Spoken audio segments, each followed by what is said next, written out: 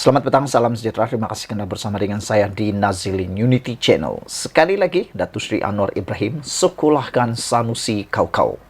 Kali ini apabila Sanusi memohon supaya satu semakan dibuat terhadap pengampunan agung terhadap Anwar Ibrahim.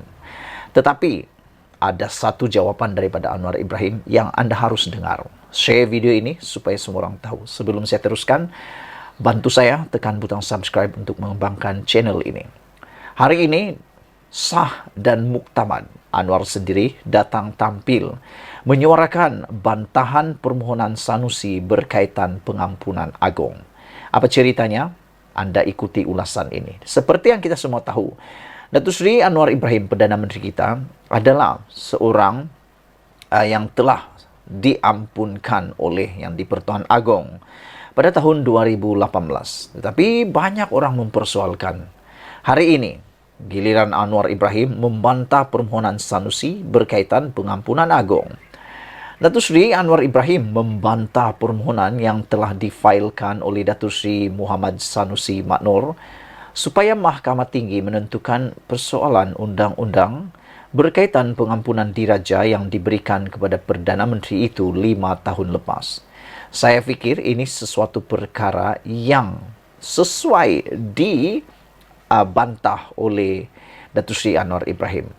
Kerana ianya melibatkan pertama sekali Datuk Seri Anwar Ibrahim. Yang kedua, melibatkan persoalan undang-undang yang pastinya akan terkait dengan bidang kuasa dan juga kuasa mutlak Raja Yang di-Pertuan Agong yang mana diperuntukkan oleh Perlembagaan Malaysia boleh memberikan pengampunan kepada sesiapa sahaja berdasarkan dan mengikut tata dan prosedur pengampunan mengikut perlembagaan.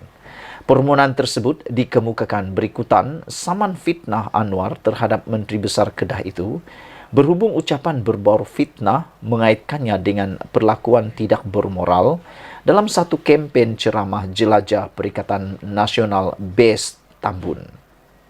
Menurut Anwar, permohonan Muhammad Sanusi mengenai pengampunan diraja yang diberikan oleh Yang di-Pertuan Agong terhadap Datuk Seri Anwar Ibrahim pada 16 Mei 2018 adalah di luar bidang kuasa mahkamah.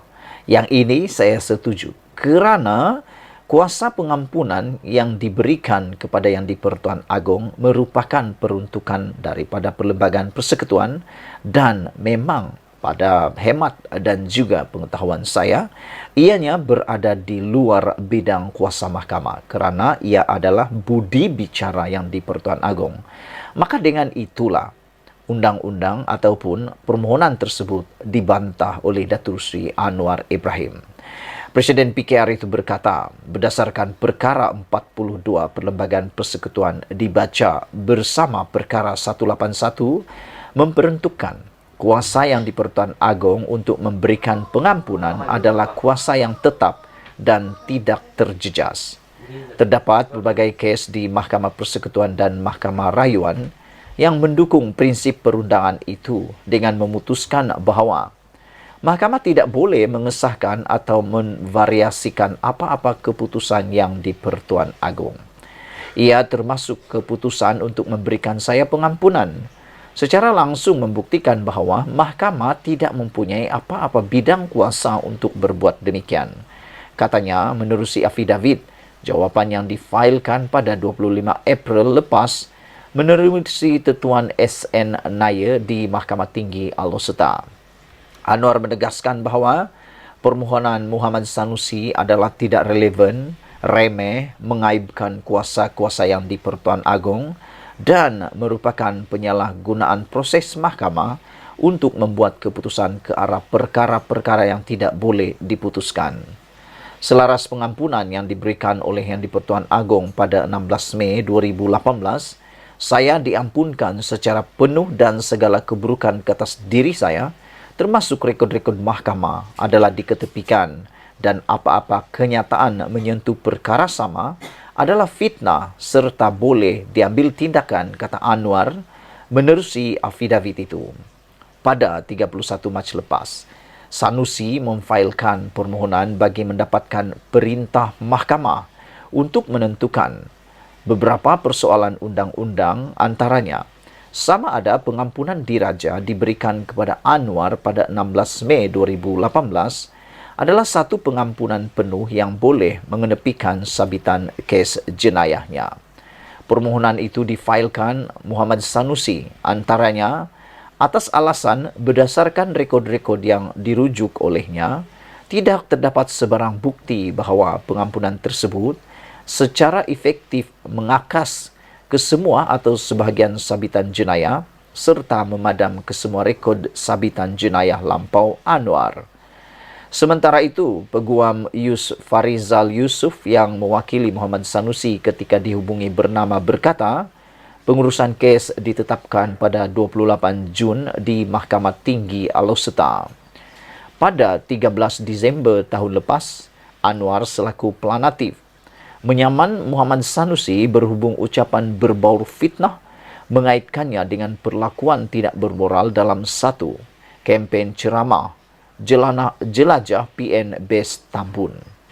Anwar dalam penyataan tuntutannya mendakwa kenyataan fitnah itu antaranya membawa maksud pelanatif mendapat pengampunan diraja melalui penipuan dan kekal tidak diampunkan, serta telah memperdaya yang di-Pertuan Agong, seorang pembohong tidak boleh dipercayai, tidak beretika dan mengkhianati mandat rakyat.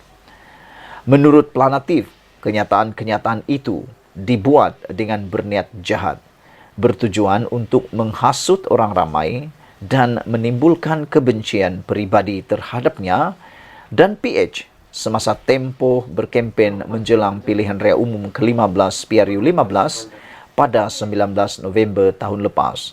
Saudara-saudara sekalian, saya sangat tertarik dengan apa yang dikatakan oleh Datuk Seri Anwar Ibrahim berkaitan bantahan beliau terhadap permohonan Sanusi berkaitan pengampunan agung ini.